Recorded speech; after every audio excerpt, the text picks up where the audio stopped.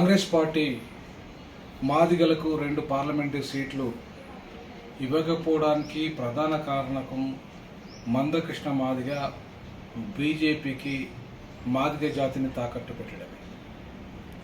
లేకపోతే ఖచ్చితంగా ఇవాళ కాంగ్రెస్ పార్టీని నిలదీసి హక్కు ఇవాళ మాదిగ జాతికి వచ్చేది. ఆయన పూర్తిగా బీజేపీకి సరెండర్ అయిన కారణంగానే ఇవాళ మాదిగలకి 2 సీట్ల కోసం ఇతరులు కొట్లాడే పరిస్థితి. 30 ఏళ్ళుగా మాదిగ దండోర ఉద్యమాన్ని నడిపిన మందకృష్ణ మాదిగ ఫెయిల్యూర్స్ అని చెప్పుకోవాలి.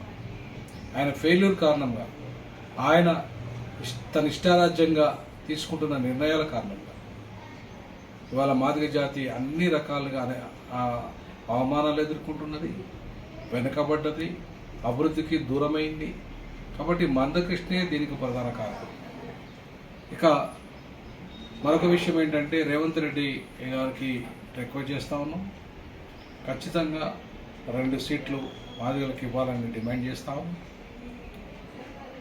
అంతేకాకుండా ఇంకొకటి కూడా బీజేపీకి ఇవాళ చెప్పదలుచుకున్నాం, మందకృష్ణను నమ్ముకుంటే మీకు అధికారం రావడం కల.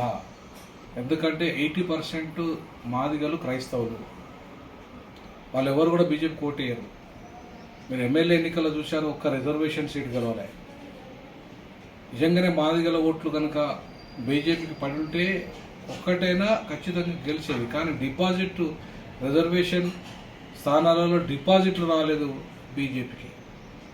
కాబట్టి ఇవాళ మందకృష్ణ మాదిగ మోసాలని మాదిగ జాతి గమనించాలి, రాజకీయ పార్టీలు గమనించాలి. ఇవాళ ఆ జాతిని అస్తిత్వాన్ని కాపాడే విధంగా మేధావులు, విద్యార్థులు అందరూ కూడా ఆలోచన చేయాల్సిన అవసరం ఎంతైనా ఉంది.